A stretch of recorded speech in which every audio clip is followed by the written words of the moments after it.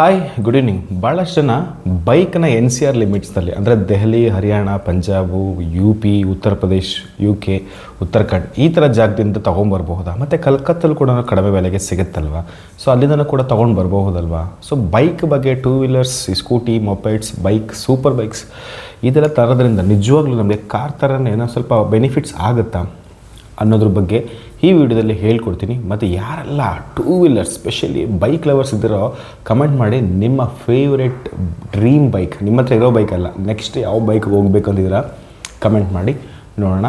So ನಿಮ್ಮೆಲ್ಲರಿಗಾದ್ರೂ NCR ಲಿಮಿಟ್ಸ್ನಲ್ಲಿ car ಅಥವಾ ಬೈಕ್ನ ತೊಗೋಬೇಕು ಅಂತಿದ್ರೆ, ಅದನ್ನ ರೀನಂಬರಿಂಗ್ ಮಾಡಿಸ್ಬೇಕು ಅಂತಿದ್ರೆ, ಅಥವಾ ಟ್ರಾನ್ಸ್ಪೋರ್ಟೇಷನ್ ಮಾಡಿಸ್ಬೇಕು, ಇನ್ಸ್ಪೆಕ್ಷನ್ ಮಾಡಿಸ್ಬೇಕು ಅಂತಿದ್ರೆ ಈ ನಂಬರ್ನ ಕಾಂಟ್ಯಾಕ್ಟ್ ಮಾಡಿ ಅಂತ ಹೇಳ್ತಾ ವಿಡಿಯೋನ ಕಂಟಿನ್ಯೂ ಮಾಡೋಣ. ದೆಹಲಿ ಮತ್ತು ಅಥವಾ NCR ಲಿಮಿಟ್ಸ್ ಏನಿದೆಯೋ ಈ 4-5 ರಾಜ್ಯಗಳಲ್ಲಿ ಇಲ್ಲಿಗೆ ಕಂಪೇರ್ ಮಾಡಿದ್ರೆ ಟೂ ವೀಲರ್ಸ್ದು ಪ್ರೈಸ್ ಸ್ವಲ್ಪ ಕಡಿಮೆ ಇದೆ, ನಿಜವಾಗ್ಲೂ ಕಡಿಮೆ ಇದೆ.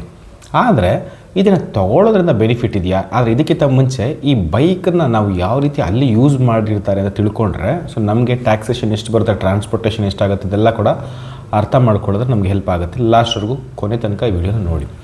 ಫಸ್ಟು ಆ ಬೈಕ್ಸ್ನ ಮ್ಯಾಕ್ಸಿಮಮ್ ಸ್ಕೂಟರ್ಗಳನ್ನ ಯಾರೋ ಜಾಸ್ತಿ ತೊಗೊಳಕ್ಕೆ ಇಷ್ಟಪಡಲ್ಲ. ಅಟ್ಲೀಸ್ಟ್ 150cc ಪ್ಲಸ್ನೇ ನಾವು ಜಾಸ್ತಿ ಪ್ರಿಫರ್ಡ್ ಮಾಡ್ತಾ ಇರ್ತೀವಿ. ಒಂದು ಅದು ಇಲ್ಲಿಗೆ ಅದಕ್ಕೆ ಕಂಪೇರ್ ಮಾಡಿದ್ರೆ ಹೆಚ್ಚು ಕಡಿಮೆ ಒಂದು 50,000 ರೂಪಾಯಿ ಹತ್ತತ್ರ ನಮಗೆ ಡಿಫ್ರೆನ್ಸ್ ಕಾಣಿಸುತ್ತೆ. ಸ್ಪೆಷಲಿ ರಾಯಲ್ ಎನ್ಫೀಲ್ಡ್ ಆಗಿರಲಿ ಅಥವಾ ಡ್ಯೂಕ್ ಆಗಿರಲಿ ಅಥವಾ NS ಈ ಥರ ಸ್ವಲ್ಪ ಈ 200+ ಇರುವಂಥ ವೆಹಿಕಲ್ಗಳು ಅಂದರೆ ಸ್ವಲ್ಪ ಕಾಸ್ಟ್ಲಿ, 1.5 lakh or 2 lakhಗಿಂತ ಎಕ್ಸ್ಟ್ರಾ ರೂಪಾಯಿ ಜಾಸ್ತಿ ಇರುವಂಥ ಪ್ರೈಸ್ ಎಲ್ಲ ಇಲ್ಲಿಗೆ ಹೋಲಿಕೆ ಒಂದು 50,000 ನಮ್ಮ OLXನಲ್ಲಿ ನೋಡಿದಾಗ ಅಥವಾ ನಮ್ಗೆ ಗೊತ್ತಿರೋ ರೆಫರೆನ್ಸ್ ಪ್ರಕಾರ ನೋಡಿದ್ರು ಕೂಡ ಇಷ್ಟು ಡಿಫ್ರೆನ್ಸ್ ಕಾಣಿಸ್ತಾ ಇರ್ತದೆ. ಆದರೆ ಅಲ್ಲಿ ಯಾವ ರೀತಿ ಯೂಸ್ ಮಾಡ್ತಾರೆ ವೆಹಿಕಲ್ಗಳನ್ನ ಅಂದರೆ ಮ್ಯಾಕ್ಸಿಮಮ್ 70 to 80% ಅಷ್ಟು ನಿಮಗೆ ಸಿಂಪಲಾಗಿ ಹೇಳ್ಬೇಕಾದ್ರೆ ಚಪ್ರಿ ಸ್ಟೈಲಲ್ಲಿ ಯೂಸ್ ಮಾಡ್ತಾರೆ. ಸೊ ವೆಹಿಕಲ್ಸ್ಗಳಿಗೆ ಅಲ್ಲಿ ಮರ್ಯಾದೆ ಇಲ್ಲ. ಫಸ್ಟ್ ಆಫ್ ಆಲ್ ಕಾರ್ಗೂ ಅಷ್ಟಕ್ಕಷ್ಟೇ, ಬೈಕ್ಗೂ ಅಷ್ಟೇ, ಸ್ಕೂಟ್ರಿಗೂ ಅಷ್ಟಕ್ಕಷ್ಟೇ, ತುಂಬ ವರ್ಸ್ಟು. ನಾನು ದೆಹಲಿಗೆ ಹೋದಾಗ ನಾನು ರೆಂಟೆಡ್ ಬೈಕ್ ತೊಗೊಳ್ತೀನಿ ಅಂತ ಒಂದು ವೀಡಿಯೋದಲ್ಲಿ ಹೇಳಿದ್ದೆ. ಆ ರೆಂಟೆಡ್ ಸ್ಕೂಟ್ರ್ ಆಗಿರಲಿ, ಬೈಕ್ ಆಗಿರಲಿ, ನಾನು ತುಂಬ ಸಲ ನಾನು ತೊಗೊಂಡಿದ್ದೀನಿ. ಎಷ್ಟು ವರ್ಸ್ಟಾಗಿರ್ತದೆ ಅಂತ ಹೇಳಿದ್ರೆ, ಗಾಡಿ ಚೆನ್ನಾಗಿರುತ್ತೆ, ಬಟ್ ಆ ಗಾಡಿ ಓಡೋ ಮೀಟ್ರಿಗೂ ಆ ಗಾಡಿ ಸಿಗುವ ಗಾಡಿ ಕಂಡೀಷನ್ಗೂ ಮ್ಯಾಚ್ ಆಗಲ್ಲ. ಸೊ ನಮ್ಮಲ್ಲಿ ಸ್ಪೆಷಲಿ ಕರ್ನಾಟಕದಲ್ಲಿ 10-20 ವರ್ಷ ಇರೋ ಹಳೆ ಗಾಡಿಗಳನ್ನ ತುಂಬ ಚೆನ್ನಾಗಿ ನೋಡ್ಕೊಳ್ತೀವಿ ನಾವು. FC ಟೈಮ್ ಟು ಟೈಮ್ ಮಾಡ್ತೀವಿ. ಇನ್ಶೂರೆನ್ಸ್ ಇಲ್ಲಾಂದ್ರೆ ಪರಲ್ಲ, ಗಾಡಿನ ಮಾತ್ರ ಪಳ ಅಂತ ಉಳಿಯಂಗೆ ನೋಡಿ ಎಷ್ಟು ಚೆನ್ನಾಗಿ ಮೇಂಟೈನ್ ಮಾಡಿರ್ತೀವಿ ನಾವು. ಗಾಡಿನ ನೀಟಾಗಿ ಸರ್ವಿಸಿಗೆ ಬಿಡ್ತೀವಿ, ಪ್ರತಿಯೊಂದು ಪಿನ್ ಟು ಪಿನ್ ಚೆಕ್ ಮಾಡಿಸ್ತಾ ಇರ್ತೀವಿ. ಒಂದು ಸ್ಕ್ರ್ಯಾಚ್ ಬಿದ್ದರೂ ಕೂಡ ನಿದ್ದೆ ಬರಲ್ಲ. ಯಾರೋ ಅಡ್ಡ ಬಂದು ಬಿದ್ದೋಗ್ಬಿಟ್ರೆ ಏನೋ ನಾವು ಹೆಚ್ಚು ಕಮ್ಮಿ ಹತ್ರ ಎಷ್ಟು ಜಗಳ ಮಾಡಿರ್ತೀವಿ ನಾವು. ಆ ಥರ ನಾವು ನೋಡ್ಕೊಂಡಿರ್ತೀವಿ ಕಂಡೀಷನ್ನ, ಸ್ಪೆಷಲಿ ಟೂ ವೀಲರ್ಸ್ಗಳನ್ನ. ಆದರೆ ಅಲ್ಲಿ ಹಂಗೆ ನೋಡ್ಕೊಳ್ಳೋದಿಲ್ಲ. ಅಲ್ಲಿ ಒಂಥರ ರಫ್ ಆ್ಯಂಡ್ ಟಫು, ಹೆಂಗಂದ್ರೆ ಚಚ್ಚಾಡು, ಉಜ್ಜಾಡು, ಚಪ್ರಿಗಳದು ಬಾರ್ನ್ ಜಾಗ ಅಂತಲೇ ಅನ್ಬೋದು. ಆ ಥರ ಇರುತ್ತೆ ಅಲ್ಲಿನ ಸ್ಟೈಲ್. ಸೊ ಹಂಗಾಗಿ ನೀವೇನಾದರೂ ತೊಗೊಳ್ತಾ ಇದ್ದರೆ so condition is first priority, ಸಿಕ್ಕಾಪಟ್ಟೆ ಪ್ರಿಯಾರಿಟೈಸ್ ಆಗುತ್ತೆ. ಆದರೆ ನಿಮ್ಗೆ ಆಪ್ಷನ್ ತುಂಬ ಸಿಗುತ್ತೆ, ನಿಮಗೆಲ್ಲ ವೆಹಿಕಲ್ಲು ಸಿಗುತ್ತೆ. ಇಲ್ಲಿ ಸಿಗದೇ ಇರುವಂತಹ ಎಷ್ಟೋ ರೇರ್ ವೆಹಿಕಲ್ಸ್ಗಳಲ್ಲಿ ನಿಮ್ಗೆ ಅಲ್ಲಿ ಸಿಗುತ್ತೆ, ಫಸ್ಟು ಅಂದರೆ ಸಿಗುತ್ತೆ. ಅದೆಲ್ಲ ಓಕೆ, ಬಟ್ ಗಾಡಿ ಕಂಡೀಷನ್ ತುಂಬ ಡಿಫ್ರೆಂಟ್ ಇರುತ್ತೆ. ಯಾಕಂದರೆ ನಿಮಗೆ ಕಾರ್ನಲ್ಲಿ ಇನ್ಸ್ಪೆಕ್ಷನ್ ಮಾಡೋ ಥರ ನಿಮಗೆ ಬೈಕಲ್ಲಿ ಇನ್ಸ್ಪೆಕ್ಷನ್ ಮಾಡೋದು ಸ್ವಲ್ಪ ಡಿಫಿಕಲ್ಟೀಸ್ ಇರುತ್ತೆ. ಯಾಕಂದರೆ ಟೂ ವೀಲರ್ಸ್ಗಳಲ್ಲಿ ನಿಮಗೆ ಇಮ್ಮಿಡಿಯೇಟ್ಲಿ ಗೊತ್ತಾಗಲ್ಲ. ಅದು ನಮಗೆ ಬ್ಯಾಕ್ ಕಂಪ್ರೆಷನ್ ಆಗಲಿ ಅವೆಲ್ಲ ಸ್ವಲ್ಪ ಸಣ್ಣ ಪುಟ್ಟ ಬೋರಿಂಗ್ ಬಂದಿದೆಯಲ್ಲ ಚೆನ್ನಾಗಿ ನೋಡ್ಬೋದು ಅಷ್ಟೇ. ಬೋರ್ಗೆ ಬಂದಿರೋದೆಲ್ಲ ಸ್ವಲ್ಪ ಗೊತ್ತಾಗ್ಬಿಡ್ತದೆ. ಕೆಲವೊಂದು ಇನ್ನೇನು ಬಾರ್ಡ್ರಲ್ಲಿರೋದೆಲ್ಲ ಅಷ್ಟು ಸುಲಭವಾಗಿ ಗೊತ್ತಾಗಲ್ಲ. ನಿಮಗೆ ಕಾರಲ್ಲಿ ಗೊತ್ತಾಗೋಷ್ಟು ನಿಮಗೆ ಬೈಕಲ್ಲಿ ಸ್ವಲ್ಪ ಟೈಮ್ ತೊಗೊಳುತ್ತೆ. ಕೆಲವೊಂದು ಬೈಕಲ್ಲಿ ಫ್ಯೂಸ್ ಸಿಸ್ಟಮು, EC ಸಿಸ್ಟಮ್ ಎಲ್ಲನೂ ಬಂದಿದೆ, ಆದ್ರೂ ಬಟ್ ಮೆಜಾರಿಟಿಲಿ ಅದಿಲ್ಲ. ಮತ್ತು ಅದರಲ್ಲಿ ನಮಗೇನು ಆ ಥರದ್ದು ಏನು ಡಿಫ್ರೆನ್ಸ್ ಆಗಿ ಏನೋ ಅಷ್ಟೊಂದು ಇಮ್ಮಿಡಿಯೇಟ್ಲಿ ನಮಗೆ ತೋರಿಸುತ್ತಿಲ್ಲ. ಯಾಕಂದ್ರೆ ಅದ್ರಲ್ಲಿ ವೀಲ್ ಎಲಿಮೆಂಟ್ ಬರಲ್ಲ, ಸಸ್ಪೆಷನ್ ಏನೂ ಗೊತ್ತಾಗಲ್ಲ, ಇಂಜಿನಲ್ಲಿ ಏನೋ ಥರ ಹಿಂಸೆಗಳು ಗೊತ್ತಾಗಲ್ಲ, ಏನೇನೋ ಅಷ್ಟಕ್ಕಷ್ಟೇ ನಮಗೆ ಏನೂ ಗೊತ್ತಾಗಲ್ಲ. ನಮ್ಗೆ ಅಷ್ಟು ತುಂಬ ಸಿಂಪಲಾಗಿ ಹೇಳ್ಬೇಕಂದ್ರೆ ನಮಗೆ ಗಾಡಿ ರನ್ನಿಂಗಲ್ಲಿ ಚೆನ್ನಾಗಿದೆ ಅನ್ನೋದು ಮಾತ್ರಕ್ಕೆ ನಾವು ತಂದುಬಿಡ್ತೀವಿ. ಸೊ ಹಿಂಗೆಲ್ಲ ಆಗೋದುಂಟು. ಅಂದರೆ ಕಂಡೀಷನ್ ನನ್ನ ಪ್ರಕಾರ ನೀವೇನಾದರೂ ತೊಗೊಳ್ತೀನಿ ಅಂದರೆ ನೀವು ಕಂಡೀಷನಲ್ಲಿ ತುಂಬ ಪ್ರಯಾರಿಟೈಸ್ ಮಾಡಿ ಚೆಕ್ ಮಾಡಲೇಬೇಕು.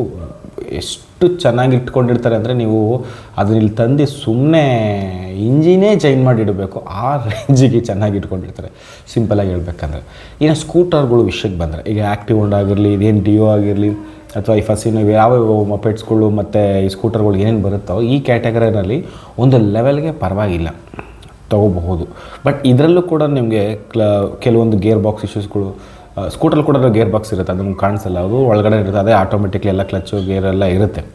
ಸೊ ಅದೆಲ್ಲ ಸ್ವಲ್ಪ ಡ್ಯಾಮೇಜಸ್ ಆಗಿರುತ್ತೆ, ಅದರಲ್ಲೂ ರ್ಯಾಶ್ ಡ್ರೈವ್ ಮಾಡ್ತಾರೆ, ಅಲ್ಲೂ ಸಿಗ್ನಲ್ ಬಿಡ್ಸೋ ರಫ್ ಆಗಿ ಯೂಸ್ ಮಾಡ್ತಾರೆ, ಟ್ರಾಫಿಕ್ ಚಲನ್ಗಳು ಜಾಸ್ತಿ ಇರುತ್ತೆ. ಸೊ ಅದೆಲ್ಲ ಚೆಕ್ ಮಾಡಿ ನಿಮಗೆ ತೊಗೊಳ್ಳೋದ್ರಿಂದ ಆ್ಯಕ್ಚುಲಿ ಬೆನಿಫಿಟ್ಸ್ ಖಂಡಿತ ಇದೆ. ಸೊ ಇಲ್ಲಿಗೂ ಅಲ್ಲಿಗೂ ರೇಟು ಕಮ್ಮಿ ಇದೆ. ಸೊ ಈಗ ಮೇನ್ ಪಾಯಿಂಟ್ ಬಂದು ಅಲ್ಲಿಂದ ತಂದು ಟ್ರಾನ್ಸ್ಪೋರ್ಟೇಷನು, ರೀನಂಬರಿಂಗು, ಟ್ಯಾಕ್ಸ್ ಎಲ್ಲ ಸೇರಿದ್ರೆ ನಮಗೆ ನಿಜವಾಗ್ಲೂ ಉಳಿತಾಯ ಆಗುತ್ತಾ? ಓಕೆ, ಈಗ ಅದನ್ನು ಕ್ಯಾಲ್ಕುಲೇಷನ್ ಮಾಡೋಣ. ಉದಾಹರಣೆಗೆ ನಾವೊಂದು ಡ್ಯೂಕ್ ಬೈಕ್ನೇ ತಗೊಳ್ಳೋಣ. ಡ್ಯೂಕ್ ಬೈಕು ಇಲ್ಲಿ 1.5 ಲಕ್ಷ ರೂಪಾಯಿಗೆ ಸಿಗುತ್ತೆ ಅಂತ ಅಂದ್ಕೊಳ್ಳೋಣ. ಅದೇ ಡ್ಯೂಕ್ ಬೈಕು ನಿಮಗೆ ಅಲ್ಲಿ 1,20,000 ಹಾಕಿರ್ತಾರೆ. ನಮಗೆ ನೆಗೋಷಿಯಬಲ್ ಅದು ಇದೆಲ್ಲ ಮಾಡಿದ್ರೆ 1,10,000 ಅಂತ ಅಂದ್ಕೊಳ್ಳಿ. ಸೊ ಇಲ್ಲಿ ನಿಮಗೆ 40,000 ಡಿಫ್ರೆನ್ಸ್ ಇರುತ್ತೆ, ರೈಟ್? ತಿಳಿತಾ? ಗಾಡಿನೂ ಚೆನ್ನಾಗಿದೆ ಅಂತ ಅಂದ್ಕೊಳ್ಳಿ, ಡಾಕ್ಯುಮೆಂಟು ಎಲ್ಲ ಪಕ್ಕ ಇದೆ ಅಂತಲೇ ಅಂದ್ಕೊಳ್ಳಿ. 40,000 ಡಿಫ್ರೆನ್ಸಲ್ಲಿ ನಿಮ್ಗೆ ಅಲ್ಲಿಂದ ಇಲ್ಲಿಗೆ ಟ್ರಾನ್ಸ್ಪೋರ್ಟೇಷನ್ ಮಾಡ್ತಿದ್ರೆ ಮಿನಿಮಮ್ 10,000 - 12,000ಕ್ಕಂತೂ ಕಡಿಮೆ ಇಲ್ಲ. ಮತ್ತು ಅಲ್ಲಿಂದ ಇಲ್ಲಿಗೆ ಅಲ್ಲಿಂದ ಕಂಟೈನರ್ಗೆ ಹೋಗ್ಬೇಕಂದ್ರೆ ಅಲ್ಲೊಂದು 1,000 ಡೀಸೆಲ್, ಅಂದರೆ ಹೆಚ್ಚು ಕಮ್ಮಿ 13,000 ನಿಮ್ಗೆ ಅಲ್ಲೇ ಆಗೋಯ್ತು, ರೈಟ್? 40,000ದಲ್ಲಿ 13,000 ಅಲ್ಲೇ ಡಮಾರ್. ಅಲ್ಲಿಂದ ಇಲ್ಲಿಗೆ ಬಂದಮೇಲೆ ಸೊ ನಿಮಗೆ ಪಾರ್ಕಿಂಗ್ ಯಾರ್ಡ್ ಬರಬೇಕು, ಮತ್ತು ನಿಮಗೆ ಜನರಲ್ ಸರ್ವಿಸ್ ಬಿಡಬೇಕು, ಅದು ಇದು ಅಳುಮುಳು ಕಡ್ಡಿ ಕಸ ಎಲ್ಲ ಸೇರಿಸಿ ಅದಕ್ಕೊಂದು 10,000 ಅಂತ ಅಂದ್ಕೊಳ್ಳಿ. ಯಾಕಂದರೆ ಸ್ವಲ್ಪ ಮೇಜರ್ ಏನೋ ಇರಬಹುದು, ಒಂದು 5ರಿಂದ ಒಂದು 8 ಅಥವಾ 10 ಅಂತಲೇ ಅಂದ್ಕೊಳ್ಳೋಣ. ಎಲ್ಲ ಸೇರಿಸಿ ಆಸೆ ಟ್ರಾನ್ಸ್ಫರ್ ಎಲ್ಲ ಸೇರಿಸಿ ಒಂದು 10 ಎಗರೋಯ್ತು ಅಂತಲೇ ಅಂದ್ಕೊಳ್ಳಿ, ಸರಿನಾ? ಎಷ್ಟಾಯಿತು ಎಲ್ಲ ಸೇರಿಸಿ ನಿಮಗೊಂದು 20 ಮುಗೀತು. ಇನ್ನು 20,000 ಉಳಿತು. ಇನ್ನು 20,000ಕ್ಕೆ ನಿಮಗೆ ಈ ನಂಬರ್ ಕೆ ನಂಬರ್ ಬೇಕಾದ್ರೆ ನಿಮಗೆ, ಸೊ ನಿಮಗೆ ಮತ್ತೆ ಟ್ಯಾಕ್ಸ್ ಆಗುತ್ತೆ. ಸೇಮ್ ನೀವು ಕಾರ್ಗೆ ಹೆಂಗೆ ಟ್ಯಾಕ್ಸ್ ಕಟ್ತೀರಲ್ವಾ ಈ ನಂಬರ್ಗೆ, ಅಲ್ಲೂ ಸೇಮ್ ಡಿಪ್ರಿಷಿಯೇಷನ್ ತೆಗಿತಾರೆ. ಈಗ 2020 ಮಾಡಲ್ಲ ಅಂದರೆ ಇಲ್ಲಿಗೆ ಅಲ್ಲಿಗೆ 5 ವರ್ಷದ ಕಮ್ಮಿ ಕಟ್ ಮಾಡಿ ಡಿಪ್ರಿಷಿಯೇಷನ್ ಅದಕ್ಕೇನು ಟ್ಯಾಕ್ಸ್ ಬರುತ್ತೋ ಅದು ನೀವು ಪೇ ಮಾಡಬೇಕು. ಆ ಟ್ಯಾಕ್ಸ್ ನಿಮಗೆ ಹೆಚ್ಚು ಕಡಿಮೆ 20,000 ಅಥವಾ 25,000 ಅಥವಾ 15ರಿಂದ 25,000 ಒಳಗಡೆ ಇರ್ತದೆ. ಅಂದರೆ ನಿಮಗೆ 20,000 ಇಲ್ಲಿ ಉಳಿತು ಅನ್ನೋದು ನಿಮ್ಗೆ ಹೆಚ್ಚು ಕಡಿಮೆ ಇಲ್ಲೇ ಹೊರಟೋಗುತ್ತೆ. ಸೊ ನಿಮ್ಗೆ ಹಂಗಾಗಿ ತೀರಾ ನಿಮಗೆ ಬೈಕ್ನಲ್ಲಿ ಅಥವಾ ಸೂಪರ್ ಬೈಕ್ಗಳ ನೀವು ಉಳಿಸ್ತೆ ಅನ್ನೋ ಸೇವಿಂಗ್ಸ್ ಮನೋಭಾವನೆ ಖಂಡಿತ ನಿಮಗೆ ಸಿಗೋದಿಲ್ಲ, ರೈಟ್? ಸೊ ಇದು ತುಂಬ ಕೇರ್ಫುಲ್ ಪಾಯಿಂಟ್. ಬಿಕಾಸ್ ನಿಮ್ಗೆ ವರ್ತ್ ಇಲ್ಲ. ಯಾಕಂದರೆ ನೀವು ಅಷ್ಟು ಸರ್ಕಸ್ ಮಾಡ್ಕೊಂಡು ಬಂದಿದ್ದಕ್ಕೆ ನಿಮ್ಗೆ ವರ್ತ್ ಇಲ್ಲ. ಇದು ಯಾರಿಗೆ ಬೆನಿಫಿಟ್ ಆಗುತ್ತೆ ಅಂತ ಹೇಳಿದ್ರೆ ಅದರ್ ಸ್ಟೇಟಿಂದ ಇಲ್ಲಿಗೆ ಬಂದಿರೋರಿಗೆ ಒಂದು ಬೆನಿಫಿಟ್ ಆಗುತ್ತೆ. ಮತ್ತು ಎರಡನೇದು ನಿಮಗೆ ಸೂಪರ್ ಬೈಕ್ಗಳು ತೊಗೋಬೇಕನ್ನೋ ಆಸೆ ಇರುತ್ತೆ, ಬಟ್ ನಿಮ್ಮ ಹತ್ರ ದುಡ್ಡು ಕಮ್ಮಿ ಇರುತ್ತೆ. ಈ 40,000 50,000 ಕಮ್ಮಿ ಇರುತ್ತಲ್ವ. ಸೊ ಹಂಗಿದ್ದವರು ಇದನ್ನು ನೀವು ಆ್ಯಡ್ ಮಾಡಬಹುದು. ಇದರಲ್ಲಿ ಇನ್ನೂ ಒಂದು ಆಪ್ಷನ್ ಇದೆ. ನೀವು ಸ್ಕೂಟರ್ಗಳನ್ನ ಅಥವಾ ಬೈಕನ್ನು ನೀವು ತೊಗೊಂಡಾಗ ನಿಮಗೆ ರೈಲ್ ಮುಖಾಂತರನೂ ಕೂಡ ಟ್ರಾನ್ಸ್ಪೋರ್ಟೇಷನ್ ಇದೆ. ಅದು ನಿಮಗೆ ಸಿಮಿಲರು ಇದರಲ್ಲೊಂದು 60% ಪ್ರೈಸಲ್ಲೇ ಮುಗಿದೋಗುತ್ತೆ. ಆದರೆ ಅದರಲ್ಲಿ ಒಂದು ನೆಗೆಟಿವ್ ಇದೆ.